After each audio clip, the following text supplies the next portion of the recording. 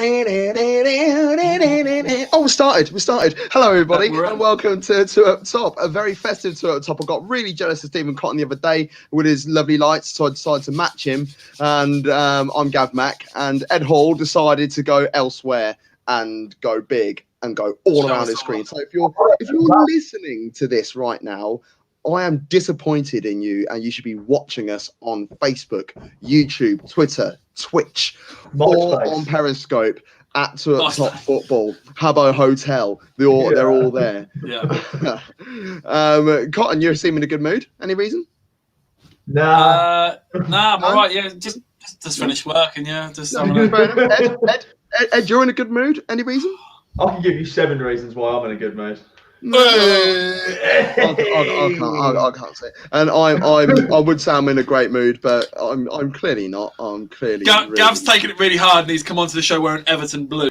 I didn't even think of that. I need to change my top. Oh my God! Oh Lordy. Well, it's been a very, very interesting week for many a club in the Premier League. We'll start with the game that we've just seen, and that's Aston Villa getting their 6th clean sheet of the season, which is one more than they got last season, I believe, in a 3-0 win over West Brom in the derby down there, over there, round the corner. So the goals, they came from El Ghazi after 5 minutes, and he also scored a penalty at the end, which was a pen, and Traore scored, which is funny because, once again, it's someone who we cussed the hell out of, and then they bag. So why can't Arsenal do something when we cuss them out every frigging week for being terrible? Oh, it's so frustrating. There's two key points in this game that I want to talk about, and it's the red card situation, because Jake Livermore was sent off after 36 minutes, which was a hideous tackle. I'm surprised that the police weren't outside to arrest him. It was that bad. But then Courtney Hawes was involved in one as well, where he appeared to stamp on the ankle of the West Brom man, and it got a yellow card. It went to VAR, but it remained a yellow card. I thought the Livermore one was a straight red. I don't think there's any questions in that. The second one, I think, is at least, not saying that Livermore didn't try and play for the ball. I think the Hawes one, I think he did just enough to actually make a concerted effort to win the ball. I don't think there's too much intent there, and I know, intent or not, that the height of the tackle isn't great, but I think a yellow is enough. What do you think? I think it's a red. I've seen red cards given for a lot worse, and especially the fact that he's gone to VAR. That tells me that he has to send him off. It's as simple as that for me. Ed, did you get a chance to see the Hawes one in particular? Is this the the second one you're on about? That led to a West Brom free kick, didn't it? It did. So I think I know the one you're on about. Yeah. To be fair, it didn't look like much when I see it in fast. I thought it was yellow card, free kick, but he easily could have snapped his ankle. Yeah, you see where them studs lands. It could have ended up a lot worse. As you said, no intent, but that's still a red card, regardless of whether he meant it.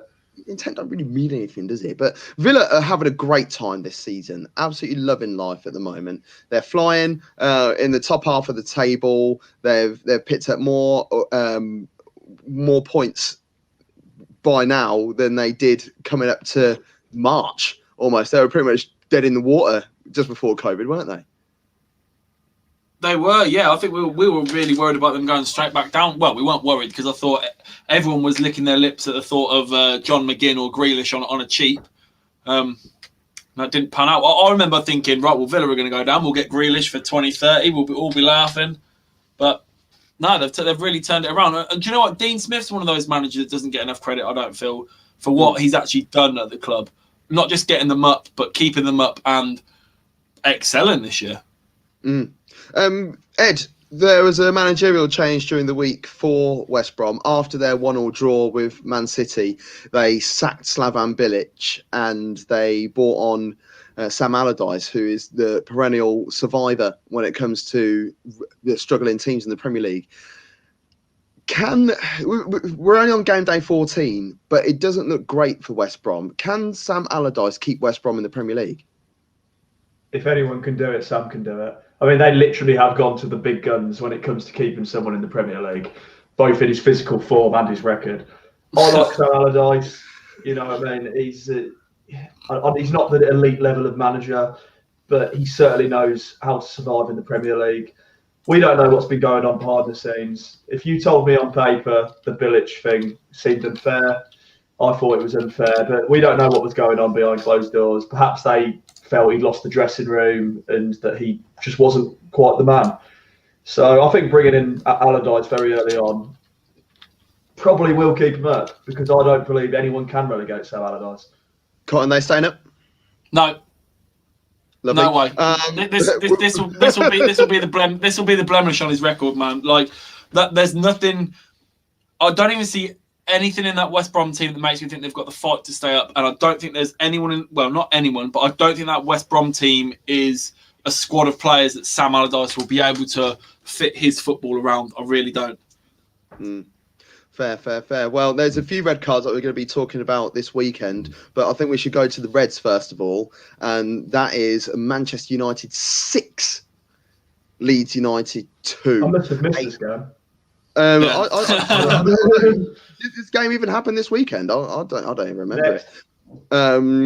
Liverpool. No, right. Okay. So Scott McTominay, he scored a brace inside 3 minutes, which just completely turned the game on its head early doors. You're right there, just spinning around there, Cotton, having a lovely time. I was just having a little showing off the my son's name on the back. Yeah. Lovely. He's 24 years old. Can you believe it? Bruno Fernandes also scored a brace. Lindelof scored just with a few moments before half time. Before Cooper tried to make things interesting, but Manchester United were having none of it. And what I love about this game is the fact that they were cruising Man United, and on 70 minutes they bring Cavani on. Yeah. Mad. It's a mad change we had to make, but at the same time, it's I don't know. It's like. It's a nice change to be able to make, but there should be other options. But yeah, like I'm not gonna have any. Like normally I'm Mr. Pessimistic, I'm normally Mr. Downbeat, but let's talk about McTominay rocking up to this game acting like Prime Paul Scholes after 5 minutes. Like, I just have to say, both the goals were so sexual in different ways. You know, the first one is slap tip from the edge of the box, and you know hardly any backlift. It's come 6 inches max off the ground. And just cruising to the back of the net. And then the second one that he scored, it just reminds me of Thierry Henry, man. Like just a little out the feet turn, and you know, I actually thought he started a little bit. He didn't. He actually pinged it with his left peg in the bottom corner. A step over touch, and then just And he also had a chance to score a header as well, so he would have had a perfect hat trick. How ledge would that have been? If only. And then Bruno's goal. Pretty straightforward, nice crisp finish. Mm-hmm. Do you know what? I'm still soaking this in. Like I honestly thought it was going to be 2-2, end to end, cards, like really tight fought game. I did not see 4-1 at half time and 6-2 full time.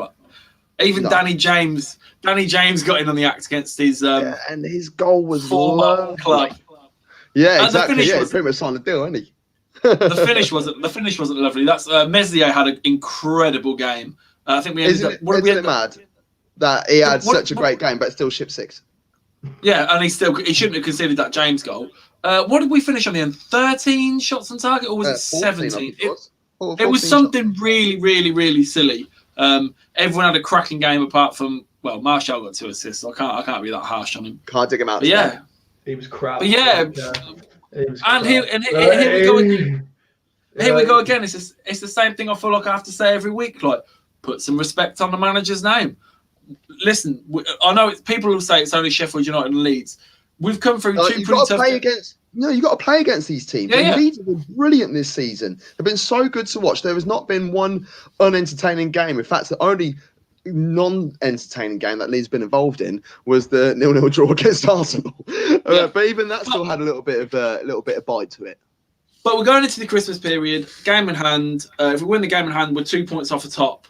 And listen, if if Tottenham are in a title race, I'm finally going to say it because, like I said, Mr. Pessimistic.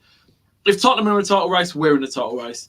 If Leicester are in a title race, we're in a title race. Like, if we're in it, then if that's the case, like, and I don't care. Like, people need to start respect. You do make a good point because let's be honest. If you looked at all the tabloids, if you look at some of our podcasts, if you look at other people's podcasts, which you shouldn't, Man United are having a horrid season. In quote unquote, you'd think the world is falling apart. They're knocked out the Champions League. If Man United are having a horrible season, surely everyone else is shit. Because Manchester United win that game in hand, they're second. Yeah. And Manchester United will be 2 points behind Liverpool. So tell me, how bad of a season is that really? Exactly. Plus, you don't know what January brings. If we bring a centre back in January, we bring a striker in or a winger in January. Obviously, Diallo gets to come from Atalanta now. He can sign. He's got his passport. So things can happen. As far as the Champions League goes, right? The minute we saw that group, I said then I don't think we'll get out of the group. It's last year's semi-finalists and last year's finalists. Like Leipzig out of joke, PSG out of joke. So when we went out and it was like United suffer, embarrassing, like crashing out. It's like, nah, it ain't that bad, man. Like, yeah, we want to be in the Champions League. It sounds like I'm playing it down. Like, it was disappointing and it was annoying. Don't get me wrong. But if you'd have said to me at the start of the season and you showed me that Champions League group and you'd have gone, well, you'd be 2 points off the top at Christmas and, yeah, you're going to go out to that group, but only on goal difference or whatever it turned out to be. It's like, yeah, all right, fair enough. Like, things could be a lot worse. I'm like just how Leeds played, man. I really am. Because Man United were fast, powerful, pacey, direct. It was brilliant. Leeds attack as one. I tell you what that leads to. If you all attack as one, who's left to defend? Leeds have looked great against the quote-unquote big sides because they give them a game. But I've watched them be incredibly inconsistent this year, where they come against teams and they just become unstuck. I see them go at United, and then it's because the commentator said they've all got trust in each other.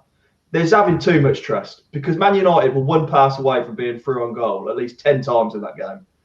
And I'm sorry, I know they're nice on the eye and they've just come up from the Championship after so long. But I think that they get praised even when they should be criticised. Do you know what I would say as well? I think it's just because they just add so much excitement in games. That's why they get so much praise. I think it goes unnoticed how many times they have defensive frailties. Do you know what I would say as well? The defensive frailties, like, I'm not even just bigging this up.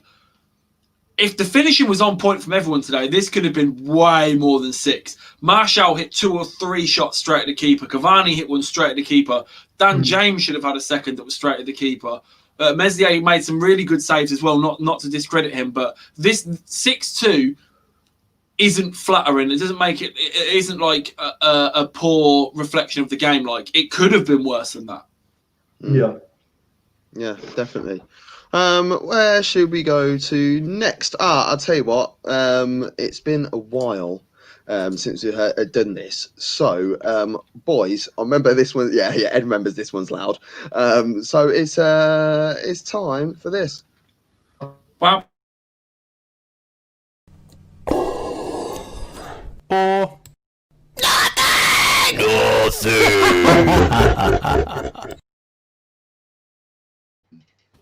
It's been ages. Tottenham 0, Leicester 2. Who had this before the game? Not me. I don't think it's so outrageous to say Leicester would have won it though. But I think no, it's not. I just look at Leicester because they're so good on the counter. They play brilliantly against a team with a high line, put a ball over the top. There's Jamie Vardy running onto it. Spurs are so deep and have I don't want to call it negative. I don't even want to call it anti-football either. But they are just so much more of a defensive unit now. That's the nice way to put it. Yeah. So I didn't really expect this, but I didn't put in brackets on the Vardy one because that was a penalty. The goal just on stroke at half time. That was a VAR shout because the half time whistle had already gone, and then Vardy slaps it home, and then. You know, I still need to double check really whether this was on target or not because I think it should be a Vardy brace, but it's gone down as an own goal, Toby Alderweireld. But it's games like this where I want to question Tottenham because when they go 1-0 up, they are very good at holding their lead and making sure everything's all good. when they got a goal down, they haven't really got a plan B at the moment, do you think, boys? Of course they don't. Cotton said it last week. It's like, it's all well and good you playing this way and coming out with the results because that covers over the cracks. But it's not like, let's say, I'll use Liverpool as an example. They go at a team and then they lose the game, but they go, oh, think of all them chances we had. If Tottenham lose a game, it's go, well, obviously you didn't get out your box. You played shit. Do you know what I mean? But it's much easier to move on when you've got 3 points under your belt. Tottenham set themselves up for failure. So that comes with criticism when you're playing that dangerous line. What do you think, Cotton? Yeah, no, it's exactly that. It's like we've said before. Like it's all well and good playing the counter-attacking game against the teams that are gonna attack and stuff like that. But like Leicester like to play on the break as well. So Leicester were sitting back today and waiting for Tottenham. So Tottenham was sat there waiting for Leicester, and Leicester were waiting for Tottenham, and you kind of had just this. Not anti-football, but it was just a culmination of, well, who's going to crack first? And it's these games where, like Ed just said, what is Mourinho's what's his go-to when the counter-attacking game isn't on? What is the go-to? What's their thinking? I mean, I hate to beat a broken record sort of thing, but how many touches did Kane have in the box today? How many shots and targets did Kane have today? Yeah, I see what you mean. They do need to have a look at how to counter this, because any team can go out there and potentially even get an early goal against Tottenham, and it literally could be anyone in the Premier League this season. And what are they going to do? Because they haven't lost many games this season. Off the top of my head, I can't. Well, they lost 2. 2 games. Lost 3 in total, because believe they lost to Everton at the start of the year. Yeah, they lost to Everton on the opening day of the season. So probably 3 defeats now. Yeah, so they're doing trailing. Where do you pick up the points now? Because it's a brilliant tactic when you're sitting at the top protecting it, but now you're 6 points off top. How do you make up them points with that style of football? They have gone and listened to Boris Johnson's speech very well, because they've gone from first to fourth in next to no time on the old tier system. So off they go back into 4th spot, looking very Arsenal, which is hilarious. What else happened today? Yes, that's happened. What happened today? Brighton won, Sheffield United won. Another game which involved a red card, which I like to talk about as well. Sheffield United actually took the lead in this game despite being down to 10 men. And then it was just towards the end where Brighton picked up an equaliser from Danny Welbeck and could have won the game right at the end with Yahank Bash. Yeah, I can never pronounce his name. Yahank Bahash. John hit the bar in injury time, so that could have been very interesting, especially for the teams that are knocking around from 15th down. Right, the red card came from John Lundstrom. Red or not? I didn't see this. I'll be open about it. I was driving when this game was on. Red. Not red. Red. You're saying not red? I'm not saying red. I don't like the idea of a red card on this. I really don't. I don't feel that John Lundstrom at any point was out of control of his body. He lost control of the ball, yeah, and he's gone out and gone for it. He's smashed the ball, and the follow through has caught what looked like the toe of Veltman. I don't think it was some wannabe leg breaker tackle. It was nothing like the Jake Livermore one that we saw earlier on today. I think when the yellow card was initially issued, I was like, yeah, that's right. I honestly feel that there was influence from the crowd, because there was 2,000 fans there at the Amex. I don't think, even though it went to VAR and stuff, I feel that the referee pandered to the crowd a little bit. Potentially. Yeah. I think that now you've got the fans back in the ground. That's what's it is gonna happen, isn't it? And if your referees haven't had that kind of atmosphere for a long time now, so now it is back, and they are not getting influenced by it, but when you've got the crowd there, and I'll tell you what, as a referee, I bet you can hear pretty much every single voice there as well. You could hear every single. It's not like just the crowd as like a one collective roar. I bet you could hear every single thing a person's saying. I've refereed at grounds, like real intimate grounds that have got 4,000 or 5,000 there, and you can hear individuals speak. So it's, you know, the fact that you got 2,000 of, you know, a club that have a decent, honest support group as well, because it's not like going to, you know, some libraries in the Premier League. Brighton fans do make noise, and they have a lot of passion for their players and for their team. So I honestly think that the referee was influenced by this game. But I feel sorry for Sheffield United today. It's only their second point that they picked up this season. But it's frustrating. Yeah, it's days like this where it happens. Today, and it's like, how is this team that was so defensively sound last year bottling it all the time? Like, well, I can tell you, be ahead many times this season. Well, I can tell you why. And me and Cotton were speaking about this earlier on today. Defensively, I don't think they're that much different to where they were last year. They concede every game. We know this, but they don't ship 3, 4, 5 goals in a game. It's 1 or 2 on the back of a loss where they are scoring 1 or none. And that's where the issue is. They play 3 at the back, a 5 in midfield, 2 up top. But the 2 up top, they're not scoring enough goals, are they? Ollie McBurney. No, we had this conversation earlier. Sheffield United's top goal scorer this season is McGoldrick. He got 2 against us, and they still lost, and that brings his tally this season to 4. Now he's the next top goal scorer for Sheffield United, other than 4, is in joint second place. Is I want to say. It's Sanderberg, it was Sanderberg and McBurney with 1. Now, Sheffield United's assists charts look like this. Top of the assists with 1, joint with 1 is McGoldrick and someone else. Like, literally, there's no one person. I know it's a team game, but there's no one person in that team that's going, right, come on, boys. We need to sort this out. It's just... and exactly what we were saying earlier, Gav, like every single time we spoke about Sheffield United on this show last season, we were using the phrase team cohesion. How many times did we say, well, they haven't got world beaters, they haven't got world-class players, but they're a unit. They play for each other and they play for the manager. And hard work beats talent.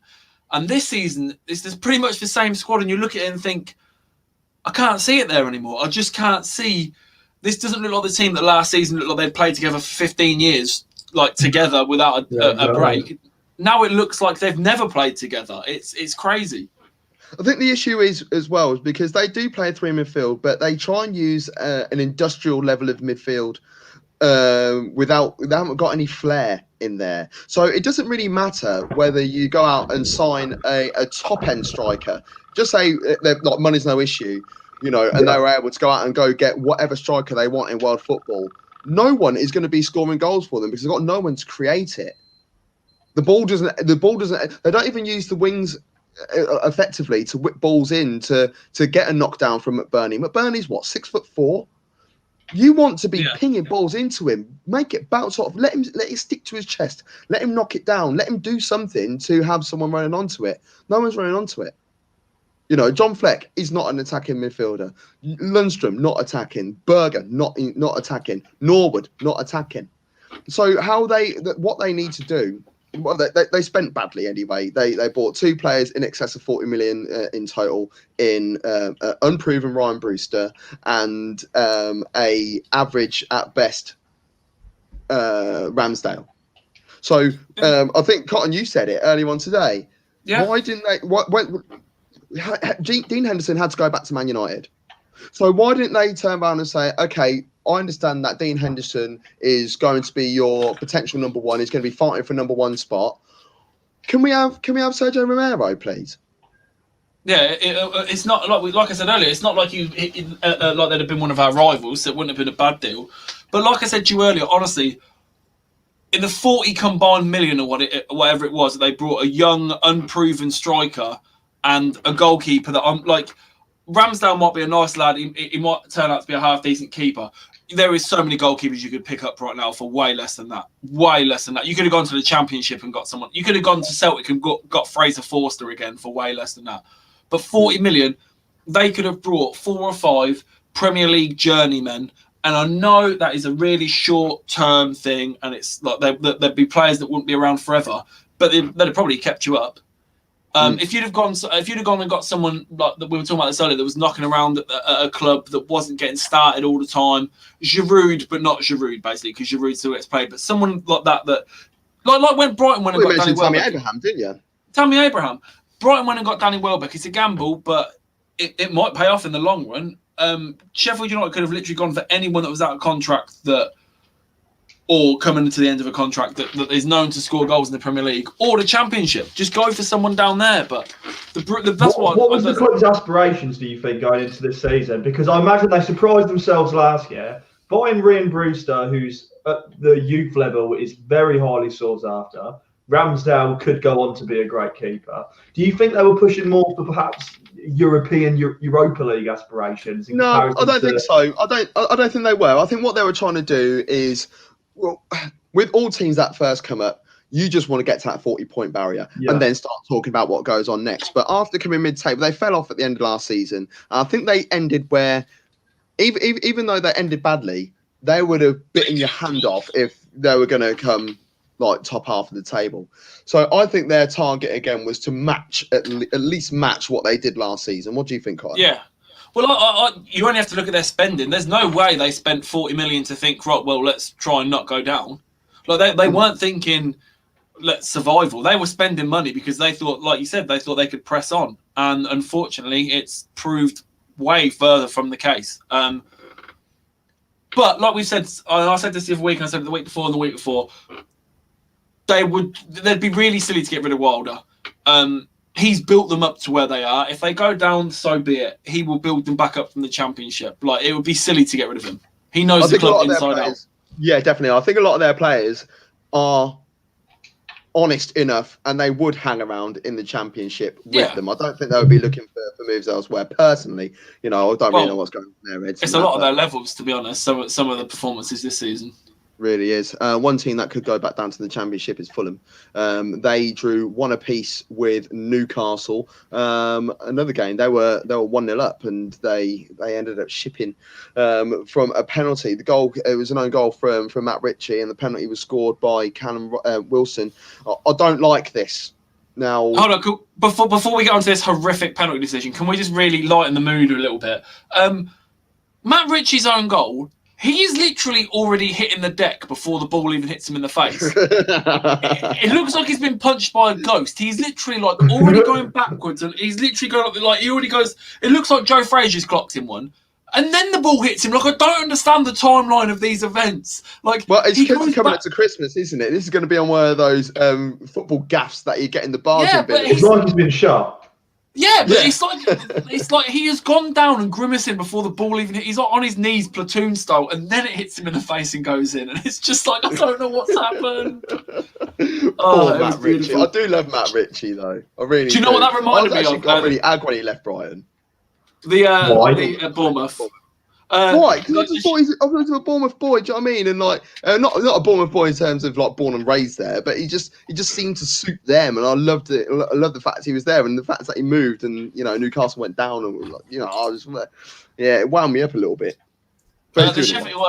Sheffield Work's a Newcastle fan, and he said to me that him going down before he got hit in the face really reminded him of the Stephen Taylor platoon handball from like was it like 05? When he got shot, didn't he? And he's like, ah! And as soon as the best thing is he's gone down like holding his ribs, and he's literally agony. As soon as the ref pulled out the red card for handball, he literally put his hands up like, yeah, fair enough, and just walked off. Steve Cook did one like that as well for Bournemouth, didn't he? Yeah, that was like last season. Season before. Brilliant stuff. Something like that, yeah.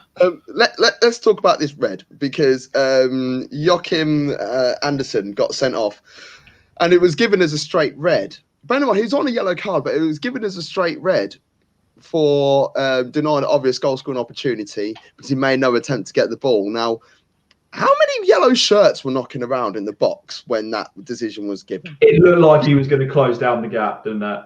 It did. I think it's bloody harsh that. But do you think it should have been a penalty anyway? Not in a million years. Not in a million years. Ed? I don't think it's that scandalous in terms of, oh my God, he gave it, because there is contact. You know what I mean? Callum Wilson's made a meal of it. I praise Salah for going down in situations like that. I don't really like Callum Wilson, so fuck you, Callum. Do you not? Oh, he's a prick. Do you not? I like him. No, Ed, I agree with you. There is times to go down when there's enough of a touch, like the Brighton. It shouldn't be a red card though, because it's unintentional. And yeah, carry on. No, Yeah, they've said it's a red because he's not made any genuine attempt to get the ball, which I agree with. But I agree with the fact he didn't make a genuine attempt to get the ball. But I don't agree with the fact that he didn't make an attempt to do anything. He was just running behind the geezer. Well, I don't agree with the fact he got a straight red for a dog. So when there's 2 yellow shirts in there, and the way the run was going, there was cover. It was coming around. Do you know what I mean? And the keeper's advancing. Put it this way: the keeper advancement. If there's no touch from Joachim Andersen, if he dinks it over the keeper, it's getting cleared off the line. Your man's there. He's making an absolute beeline for it. So yeah, I don't like that decision at all. Like I was saying, going back to the Brighton Liverpool one, there was enough of contact on Welbeck where he has kicked the bottom of his foot right for him to go down. This Callum Wilson one, man, I'd be really, really, really surprised if Wilson actually felt the touch rather than just anticipated it and went down thinking there was a touch coming. Because Gav, how many times have you told me contact in the box isn't always a penalty? No, I agree. Yeah. Like, would you give a free kick for that? That's how I know. No, you wouldn't. Exactly. I was just about to say. Was there enough in it to give a free kick? Probably not. His toe has touched underneath of his boot. Now, it wasn't a kicking motion that kicked his boot. It wasn't a swiping motion. As they're both running, his foot's touched him. If you're going to start giving free kicks with people's feet touching people's feet while they're running, you're going to have to stop the game every 15 seconds in the middle of the pitch. And I, honestly, watching match of the day, and because I didn't see any of the games yesterday, I had to watch highlights and whatnot. And when I got in, was watching it. A match of the day, they were arguing about it, and they showed like 3 or 4 different angles. And I was sat there going, right, okay, I'm waiting for them to do the good one where it shows you it actually is a penalty. And that was it. No, they didn't have any more conclusive. And I was like, and then obviously Refi walks over to the monitor, has a look for a few minutes, walks back on the pitch with his hand in his pocket, and then goes to himself. He looks at himself and goes, and walks back to the monitor, and he goes, another look, and it's like, what is happening? Even you're not sure. That was suspect. Like, surely the moment the referee does that, you've got to go, hold on. You've got doubt. Where's the clear and obvious? If Refi's going like Scooby-Doo, like ding, ling, ling, ling, yeah, I went, let me have a look at that. Yeah, it's the element of doubt in your mind, and from years of refereeing, like if I give a penalty, or no, if I see a decision and I'm thinking that's a penalty, and then literally 0.5% thinks to me, oh, that's not a penalty. That is enough doubt for me to say it is not a penalty. I need to give it 100%. You have to be 100% with every decision that you give. And if you're not 100% and you're still not 100% after seeing the monitor, you've got to overturn your decision. It's as simple as that. I just couldn't believe it. I'll be honest with you, I think that is no different to Danny Welbeck's, because Danny Welbeck's, he took a step, looked up, and then went down when he realised. Yeah, I get what you're saying, but so it's exactly the same as that. Neither one would have actually brought these 2 grown men down. No, I know, but Welbeck, there was more contact. There was more to it in that. Yeah. They're both absolutely awful penalties. Let's have a look at the Liverpool Fulham game then, because his standing foot has been taken away. Oh yeah, exactly. That was a penalty. That was just all day for about 25 years, and then they're like, no, not enough. We'll give a corner. Absolutely. Yeah, I couldn't believe that. Yeah. Oh, I forgot about that. But yeah, you're right. He's taking out his standing foot like clean out. Like it's mental. Oh, in my mouth. Sorry. We're not going to give a pen for it, so don't worry about it. All right then. Here we go. It's time for this. What are Everton? Everton 2, Arsenal 1. With the way that 2020 has been going and the classic Everton style, I expected Everton to lose this, not because I'm an Arsenal fan. It's just the fact that Arsenal was in such bad form and in such a bad way. This is a classic game that Everton lose. So do we have to take Everton seriously now? No, we don't have to take them seriously, but Everton and Arsenal cancel each other out. So Everton have a few good games and have a few bad games because they're Everton. Arsenal can't have a few good games at the minute. So there was no way that Everton would have had a bad game today, thus the cancelling out of the two situations. And the thing is now, Everton, can we take them seriously? I don't want to dismiss that quickly. Seriously for European football, not for the league. I tell you what needs to be taken seriously now, though, all banter aside, Arsenal are in some serious trouble, man. All jokes aside, horrible run-up coming, horrible run of teams they've got to play. Nobody in that squad looks like they're up for it or wants to fight. And honestly, let me say this now: changing managers right now is not the answer, because you'd end up in way worse situations. I couldn't tell you what the solution is, though. Unless you let's break the game down first, and then we'll have a mini inquest after. You shit. You know what I mean? The goals came from a holding own goal. I think it was a bit harsh. They put it down to Nogi. And Pepe scored a penalty, softest penalty given this weekend. I think it's softer than the Newcastle one. Oh, God, yeah. Softer than ice cream on the Sunday. I literally saw that penalty. I saw the penalty. I was like, that's a pen. And I saw the replay. I was like, that's not a bloody pen. Oh, come on. That's a pen, surely. I mean, it's clumsy and idiotic. And you're like, oh, that's light. But it's definitely a pen. You know what? I was more cheated by the fact Arsenal got an equaliser from that. I was like, why would you expect anything differently? Arsenal don't score goals from open play very often anyway, apart from that worldy goal during the week. We're not going to go that far. And then Yerry Mina scored from a corner, header at the near post. Now, Yerry Mina is 8'5". Why would you put Pepe on him? Where's the logic there? Find a reason to take Pepe off the pitch to keep Willian on. I thought, makes sense. Makes sense. I just don't even know what to say anymore. Like, it's actually laughable. I mean, what I really enjoy at the moment is that even though Arsenal are doing terribly, Kansas City Chiefs are having a wonderful time this season. So I've got some. We're 12 Back to the real football. We're 12-1. We're beating the Saints tonight. You know, it just makes me feel really warm inside that one of my teams is actually doing well, because my other team, Palermo, are hanging around like mid-table in Serie C. 3. Arsenal, Palermo, and Kansas City Chiefs. That's where it starts. Yeah. Do you know what? Like, honestly, if you think Arsenal are treating Gav bad, mate, what has happened to Rob Holding's hairline? The guy's like 14 years old, and it's Rob gone. Holding and it's Steve McLaren levels. Same age, mate. Rob Holding's hairline is Steve McLaren levels of Ireland nothing. How can you just say that about Rob Holding? Look at Gabriel as well. Sorry, mate, look at Aubameyang. Your squad. Aubameyang's older. Aubameyang's older. Do you know what I mean? But your squad has just ruined people. Look, we know people in their 30s that haven't got great hairlines. Do you know what I mean? So, like, with Aubameyang, I didn't want to dig you out like that. I just wanted to say. Well, I dig myself out, but that's why I'm allowed to talk about people's hairlines, because mine's shit. Yeah, real talk, I'm allowed to get in on it. I've got a good hairline, but I just like to wear. Yeah. Yo, mama. Gav, all joking aside, right, about Rob Holding's hairline. I know everyone has. I love Scott McTominay, but a lot of people that don't follow United obviously don't rate him or whatnot. So I'm only going to say this to you from my outside looking in sort of thing. Are you ever going to get anywhere with players like Rob Holding as your starting centre back? This is the thing. Man for man, I don't think Arsenal have got a bad side at all. Not a bad side, but have they got a great side? Not great, but I think it's a good side. My personal starting 11. All right, I'll play 4-2-3-1.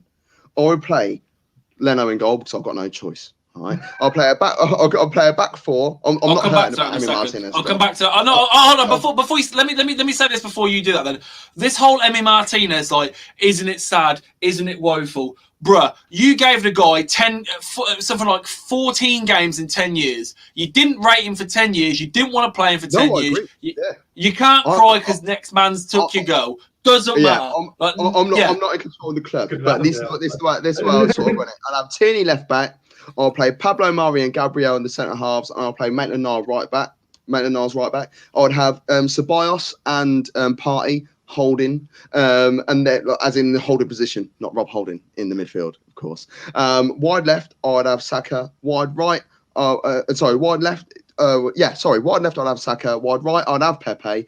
Through the middle, I'd have Aubameyang, and it's just that place in behind.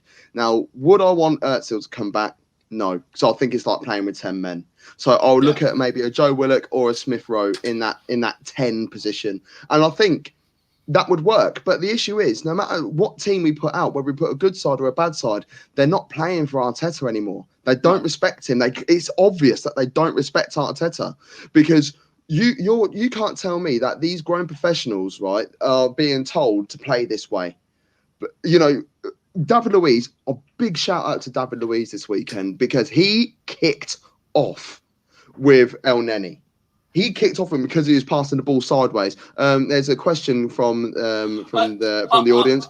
Stephen Cotton from the Daily Express. Yes, sir. So when we were playing tragically and everyone was calling for Ollie, this is the exact same thing I was saying, that what you're saying now. There's no way a manager's going out there and be like, hey, leave that marker, boys. Don't worry about picking up on him, running around the back. I'll tell you what you should do. Play a really, really under-hit back pass to the goalkeeper. That's part of the plan. That's tactics. That's 101.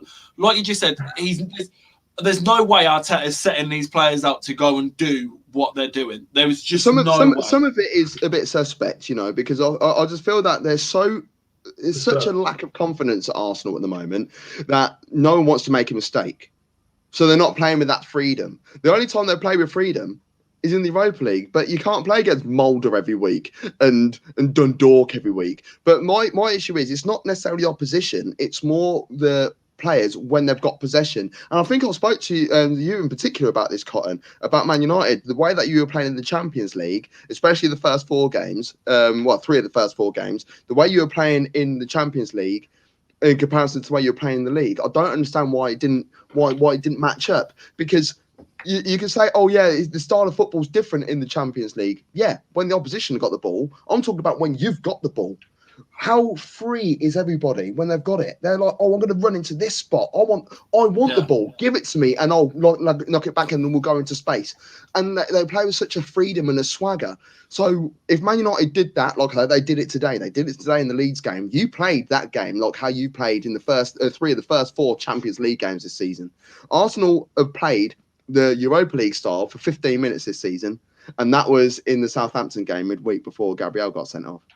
So it's someone who's got a bit of seniority. You can't be slapping an armband on Rob Holding and asking him to rally the boys. It don't work. It doesn't work that way. See, when you did your 11 as well, like, again, not digging certain people out, but like, who did you have right back? Maitland-Niles. Is Maitland-Niles good enough to be a starting Premier League right back right now? Starting right wing back. I'll probably but he's got better defensively and better than what we've got. He's better than what we've got. We haven't. Okay. Bellerin don't want to be doing it anymore. Cedric Suarez was, he's never been a starter for Arsenal, which I think is sad because he's played well every time he's played for Arsenal.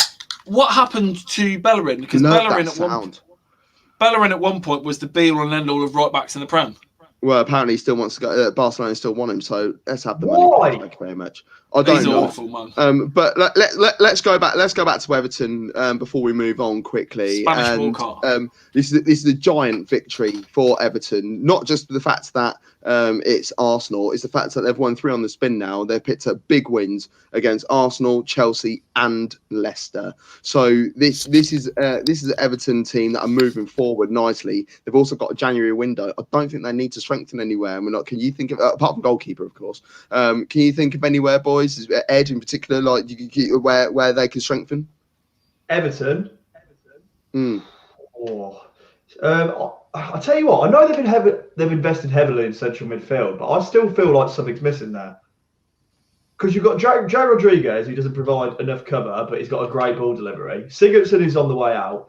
Who's this blonde lad who's always in the JD advert? Oh, Tom Davies. He hasn't. I'm not being funny. I do not rate that lad. I really like him. He hasn't progressed. They've got Allen and Decore though. Decore and Allen, fantastic. But the problem is when they play too offensively, they leave a lot exposed at the back. I think they're still trying to find that right balance. Go on. But I was going to say, believe it or not, because they've got 37 of them. But if I was saying Everton needed to strengthen somewhere, I'd say a decent winger. Look, I know they've got 1,000 wingers, and they've got Bernard, and they've got Iwobi. A decent winger. Yeah, but that's it. They're never gonna steer from Pickford. They'll give Pickford the Southgate treatment. Like Pickford will be number one until Pickford could literally start throwing balls into his own net, and I don't think he'd get dropped. Because he's the England number one playing for Everton. It makes sense. Yeah. Oh, I agree. Just draw your attention to my sign here. Draw your attention. Holly's watching the show on YouTube. She's a Tottenham fan, bless her. Not top of the league. The weekend's in the bin. Christmas is cancelled and Spurs playing dung. Hope you guys are thank you very much. You're not doing that bad. You're only in fourth. Hey, look, Arsenal won trophies playing in fourth place. And Dion's watching the show via Facebook, and he's loving the Leon Lights card. Loving the neon lights. Yeah, it's when I had the lead score. Currently, it's the Southgate out one. That's fine. We can run with that. We've got 2 games left that we need to look at. There's quite a fair in South London. Crystal Palace 0, Liverpool 7. Minamino scoring his first Premier League goal. Mane scoring. Firmino with the brace. Henderson on 52 minutes. Mane went off about 2 minutes later and kicked off about it. And then Salah came on his place and also got a brace as well. So I actually feel really sorry for Crystal Palace because they played really well in the first half, Ed. They did. They definitely did. Liverpool scored very early on with Minamino. Good goal, nice instinct to get his first Premier League goal. Congratulations to him. But yeah, Southampton were in a lot of trouble. I'd say Liverpool probably dominated the first 10 minutes, but after that, Southampton probably could have been 2 goals to 1. Palace. You're obsessed with your cat, man. It's Palace. You keep saying Southampton. Oh, do I? Sorry, Palace. I did watch the game as well. Just so used to the results flying in, I just wing it now. Yeah, Palace. Palace could have been 2 goals up. I mean, if you have a look at that one effort in the first half, where I believe it is Ayew, is that how you say it? Ayew, yeah, man. Across the box to Zaha. It might have been offside anyway, but still, you've got to be doing better than that. That's how I knew it wasn't their day. There was a couple of chances that Ayew wrecked, and like you're saying, yeah, it could have easily been. You could have easily gone into halftime 1-1, and then it was just, and then Liverpool decided, right, goal of the month for December. We're going to have all 5 of them. Yeah, exactly. Which one as goal of the month? Because there were, other than, I think the Minamino one, I wouldn't say it was a great goal, and the Salah header. The other 5, though, any of those could be in the goal of the month. But they are quite great, because it's about the delivery as well. I'm not necessarily the Minamino one, but the Salah one was still a great delivery. Let's pick our favourite goals from the game. I'm going to go. My favourite goal. I think the best goal from that game is Firmino's dinked finish at the near post, the really tight angle one. The ball from Trent to Salah, and then Salah cuts everyone out with the pass to Firmino is just chef's kiss. I know that others are absolute worldy bangers, but the movement for that goal is the movement for that Firmino goal is just See, I liked his first one. Oh, the one where he stops the ball, the touch. I got time for that. I watched that in View Cinema. I paid £5 for my ticket, and I'll tell you what, it was worth it. It's brilliant watching it on the massive cinema screen. And really? Yeah, brilliant stuff. Loved it. And can we talk about Firmino quickly, because I've been fighting his corner for a long time. He's a bad boy footballer. He's kind of like a freestyler. He's like he turns up for a show. Maybe he doesn't get the right finish, but he offers a lot. If he's not scoring, he's doing something else. Obviously, the joke is he's not a Trek Easter, Reggie Easter, but he's still a very, very, very good player, isn't he? I He's think always everyone contributing forgets. something. That's what it is. He doesn't always score goals. You don't always need him to score goals. You got your goals elsewhere. You got him in Salah. You got him in Mane. Exactly. You got Liverpool everywhere. don't In the play. midfield. Liverpool don't play with really like a striker, do they? It's like inverted wingers and a false nine. Like it's they don't play. He's not literally sent up front and it's like right, stick balls into him. It's not how it works. So like yeah, his numbers aren't. If you want to look at it just number wise, it doesn't look like he's a great striker, but he does offer way more to the game than that. I was quite surprised that you brought Salah on with so many fixtures over the winter break, and especially the fact that Klopp has moaned about fixtures and substitutions and that sort of stuff. So when you took Mane off, I was expecting maybe Origi to come on, or or something like that. I didn't expect Salah to play so many games. Origi's been playing Champions League, and every opportunity he's had, he's absolutely blown. Like he's not just not performed. Like he's been poor. Mohamed Salah has played a lot of football, hence why he didn't start. You got to remember Jota's injured, which has affected our rotation up front. The reason he's rotating Mane and Salah is because of the Jota injury. There was a game where Salah played in the Champions League with Jota. Jota got injured, and then Salah had to play the full 90 minutes in the Tottenham game or following game. So that's just led to that. Mane knew he was coming off around that mark. He just was frustrated when he did because he knew there was goals up for grabs. I think the Salah thing is just you've got to keep him match sharp as well, because you can't just with this period coming up. If you just rest players and don't get them involved, they're not going to be 100% sharp when you actually call them and actually need them. So plus what you want, you do want competition for places between your front three or whatnot. You do want there to be, especially with Jota now scoring goals, you want there to be competition so that everyone ups their game to try and be better than the other person. And the only person that wins in that situation is the club, because if you've got some of the best attacking players in world football trying to outdo each other, you're just going to get more goals. No, I agree. Liverpool are going to be top at Christmas, which is we all predicted 7-0, didn't we? So it's a great indicator, isn't it, as to how the season will finish. It was a statement. Yeah, it really is, and the goal difference, I think, is going to play such a key part, or it does most seasons anyway. But the fact that you've turned it around now after goal difference after that Villa game in particular, you've only lost one game in the league this season. People forget that, and with all the injuries and all the issues that Liverpool so-called had, yes, you've drawn a few games, but you're looking good. You're looking really good. Normally, it's the rivals that it's Man City. But they're floundering a little bit this season. Now this game is one of those that could have gone either way because of how Southampton have been this season so far. Man City, they won the game with a Sterling goal on 16 minutes. It's the only goal of the game. Should Southampton they be worried at any point? What, in terms of worried, how do you mean by worried? What should they be worried on? They've had a wonderful start of the season. They're knocking around in the top end. Where they feel that they should be. Where they feel that City should be right now, and that's Southampton knocking around in that sort of area at the moment.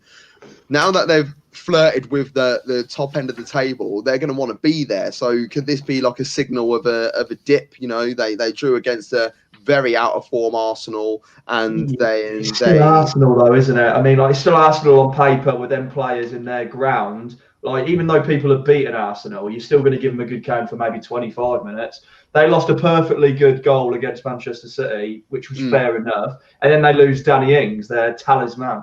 And you'd be absolutely psychologically, I think that hurt them. They were still quite dangerous all game. They'll be fine. Look, I still think they could probably still dance around the top 7 throughout the season. But yeah, maybe you might see them slack off a bit without Danny Ings. Cotton, where do you reckon they'll come? Southampton. I think they'll finish bottom end of Europa League places. So I think they'll get Europa League, but just I think they'll be there or thereabouts. That'll be a success. That'll be a massive success. 100%. And And then that. Do you reckon if they do that, do you reckon they could kick on the following season and try and make a further push, or do you reckon that's their level? That's where well, no, they've got a great manager who could do that. This is the beauty of the Premier League now. There's so many top managers and so many top squads. I mean, even Wolves are still really good. Yeah. With Southampton as well. If Southampton do get Europa League football this year, who's to say that they don't get a few decent players in and that want to play under Hasenhüttl? Then they can really kick on. Yeah, exactly. I think there's plenty of scope for them to do more. Wolves, you mentioned, they're playing tomorrow. They've got Burnley away. Score prediction? 2-1 Wolves. Jinx! Wolves. I'm going to go 2-0 Wolves and Chelsea. Yeah, have to be. Chelsea versus West Ham. Now, West Ham did beat Chelsea 1-0 at the Bridge last season. 1-0. 1-0. I think Chelsea are not struggling, but I think they're hitting a bit of a blare, and I think West Ham will do something with this game. I think 2-1 Chelsea. I'm going 3-1 Chelsea. 3-1 Chelsea. Oh, I don't know. West Ham are a bit too good for a 3-1. Oh yeah, I don't know. But when Chelsea click, Chelsea do they West Ham stop the click. That's kind of their thing. Yeah, true. That is very true. Now let's have a look at the tables. So if we have a look at the bottom of the table first, bottom of the table are still Sheffield United. 14 games in, they've only got 2 points from the 2 draws that they've picked up, one here and one against Fulham earlier on in the season. They've only scored 8 goals this season, shipped 25, but they haven't conceded the most amount of goals in the Premier League. And the most goals that have been shipped this so far this season have been with Leeds, who are in 14th position there on 17 points. So the bottom 3. Yeah, because they win 4-3 or lose 4-3 or lose 6-2 like today. So West Brom, they are second bottom on 7 points. Burnley on 10 points, level with Fulham, who have made it outside the relegation places, despite Burnley having 2 games in hand, one against Man City and the other one against Wolves tomorrow. Brighton are in 12th place, and Wolves, they top the bottom half of the table. Top of the table looks like this. So Liverpool, they go into Christmas on top of the Premier League. They've got a 4-point lead over Leicester City, who picked up a 2-0 win away to Tottenham, who have dropped down to 5th place. So they're out of the top 4 at the moment, but it's the Premier League, anything can change. Manchester United have propelled themselves into 3rd place. They've got a game in hand and they sit on 26 points, level on points with Everton, who complete the top 4. Southampton dip outside the top spots on 24 points. Man City, despite their victory, they remain a point behind Southampton. And Chelsea, they're playing tomorrow and could jump into 5th place with a victory. Now, game day 7 looks like this. It's Boxing Day, the most exciting day for football, as always. All the games here. So we've got 6 games on Boxing Day. They are 12:30, Leicester versus Manchester United. You can see that on BT Sport. Villa versus Crystal Palace. That's going to be on BBC Sport. That's at 3:00. Also at 3:00 is Fulham versus Southampton on Sky Sports. The 5:30 game is the quiet affair of the London derby between Arsenal and Chelsea. Manchester City versus Newcastle at 8:00 on BT Sport, and also on BT Sport is Sheffield United versus Everton. And then on the 27th. Is Leeds versus Burnley. All these games are on Sky Sports, by the way. That's at 12:00. 2:15 is West Ham versus Brighton. Liverpool versus West Brom at 4:30, and Wolves versus Tottenham completes game day 15, and we'll be on the air. You'll be able to find out where via us and all those bits and bobs. You can subscribe to our YouTube channel, Facebook, Twitter, Instagram, Twitch. We're on it all at Top Football. But that's it, gents. You got any other business? Southgate out. Other than that, yeah, just the usual business. Southgate out. Yeah, the usual Southgate out. It will happen. One day they'll listen, and you would have heard it here first on Two Up Top. But for myself, Gav Max, Stephen Cotton, and Ed Hall, thank you, and good night. See you later. Southgate out. Southgate out.